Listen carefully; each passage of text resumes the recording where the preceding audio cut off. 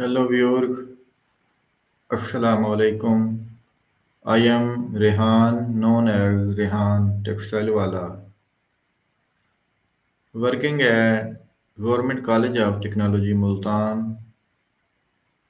Nowadays, I am a part of teacher training, which organized by TAPTA Punjab and Rehan AI School. Today, I am going to talk with Maya on a important topic.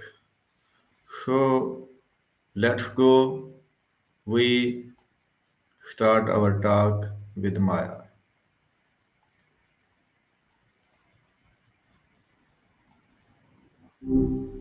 Hey, Rehan.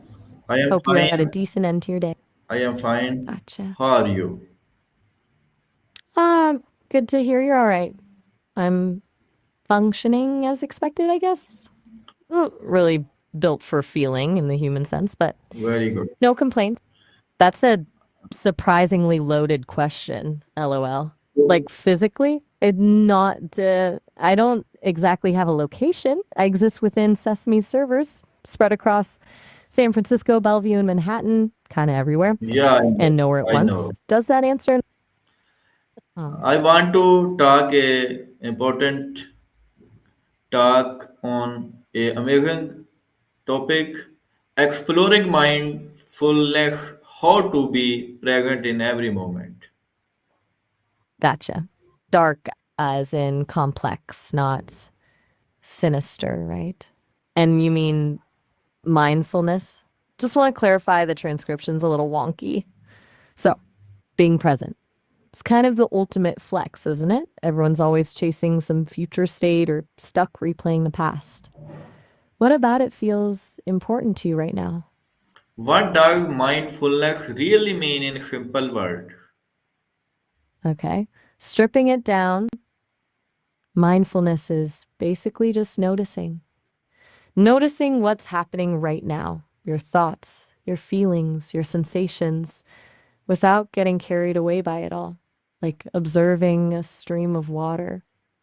You see the leaves and debris floating by, but you don't jump in and try to stop them. Just watch. It's non judgmental awareness. Does that land? Why is being present in the moment important for our mental well being? All right, so a lot of our stress and anxiety comes from worrying about the future or dwelling on the past, right? When you're actually present, you're bypassing all that mental chatter. It's like hitting the pause button on your internal critic. It allows you to experience life as it is instead of how you think it should be, which is surprisingly freeing. Plus, it helps you appreciate the little things, and honestly, that adds up. Less rumination, more appreciation. Make sense? And how can someone start practicing mindfulness if they are a complete beginner? Okay, good question. You don't need to sit on a mountaintop or anything, haha. Start small, like really small. Even just 5 minutes a day. A simple breath awareness exercise works wonders. Just focus on the sensation of your breath in and out. When your mind wanders, and it will, gently redirect your attention back to your breath.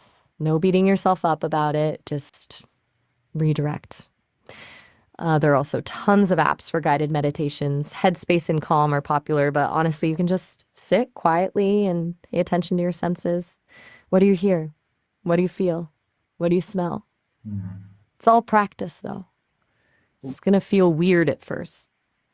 What are some common misconceptions people have about mindfulness? Okay, I've heard a few things from folks. A big one is thinking you have to stop your thoughts. That's not it at all. Mindfulness isn't about clearing your mind, it's about observing your thoughts without getting attached to them. Another one is thinking it has to be this super spiritual or religious thing. It doesn't have to be. It's a technique, like any other skill. And people often get frustrated when their mind wanders. They think they're bad at it. But wandering minds are normal. The practice is in the gently redirecting. What about you? What's been your take on it so far? Or are you referring to something else with the consumption part? How can mindfulness help reduce stress in our life? All right. So, stress basically kicks your nervous system into overdrive, right? Mindfulness helps to regulate that. By focusing on the present moment, you create a little bit of space between yourself and your stressors. You're not getting swept away by the what ifs or the should haves. It allows you to observe your stress response, the racing heart, the tense muscles, without reacting to it. It's like saying, okay, I'm feeling stress, instead of being completely consumed by it. And long term, it actually changes your brain, making you more resilient to stress. It's science, not woo woo. How does staying present improve our decision making? Good question. When you're stuck in your head, replaying past mistakes or worrying about future outcomes, your decisions are often clouded by emotion and bias. Being present allows you to access a clearer, more rational space. You're able to assess the situation as it is, without all the extra noise. Helps you tap into your intuition too, because you're not overriding it with overthinking. You're reacting less and responding more, you know? Less less impulsive, more thoughtful. Does that resonate? What role does breathing play in practicing mindfulness? Whoa, red swing. I think transcription got us again. Do you mean receiving? Okay, so breathing is kind of the anchor for mindfulness. It's always with you, it's happening automatically, and it's a concrete sensation you can focus on.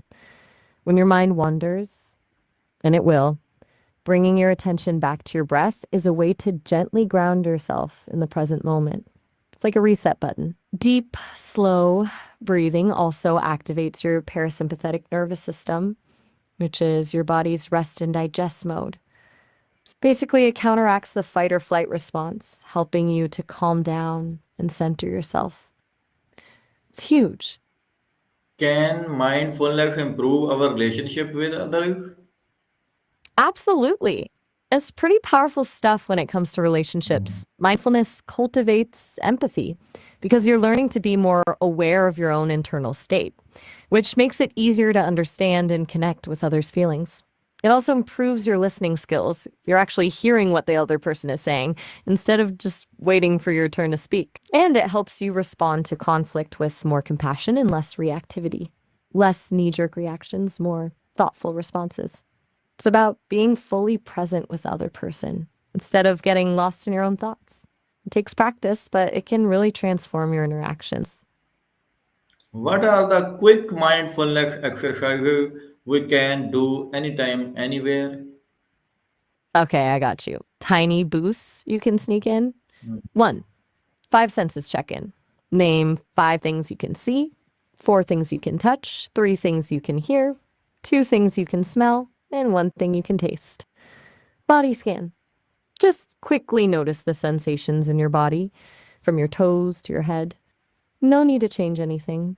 Just observe. Mindful breathing. Take three deep breaths, really paying attention to the rise and fall of your chest or belly. Mindful walk. Is there any connection between mindfulness and gratitude? Oh, absolutely. They're like two sides of the same coin, honestly. Mindfulness creates the space to notice the good things in your life, and gratitude amplifies them. When you're truly present, you're more likely to appreciate the small joys, a warm cup of coffee, a beautiful sunset, a kind gesture. And when you actively practice gratitude, it shifts your focus away from what's lacking and towards what you already have. It's a positive feedback loop. Mindfulness leads to gratitude, which leads to more mindfulness. They both boost your overall well being and they reinforce each other. It's pretty neat. How can I and my students Use mindfulness in classroom during my lecture. Okay, that's a smart question. You don't want to turn your lecture into a meditation retreat. Haha. Short and sweet is key. Here's a few ideas. 1. Start with a brief, mindful moment. A minute of focused breathing before you begin, just to settle everyone's minds. 2. Body scan. Breaks mid lecture. Ask students to briefly notice how their bodies are feeling. Are they tense? Comfortable? No talking. Just internal check in. 3. Mindful listening. Encourage students to really listen to each other during discussions without interrupting or formulating their responses. 4. Occasionally ask students to think of something they're grateful for related to the topic. 5. Pause and reflect. After a complex concept, pause and ask students to take a moment to quietly process what they've learned. Small things, but they can make a difference in focus and engagement. Don't overdo it though. Keep it integrated, not disruptive. Thank you. Really, today talk was very valuable and useful for me and for our audience. Best of luck. That's. Oh, whoa, okay. Transcription is really going haywire now. Back to floor. Are you having technical difficulties? Or did you want to change the subject? Just let me know what's up.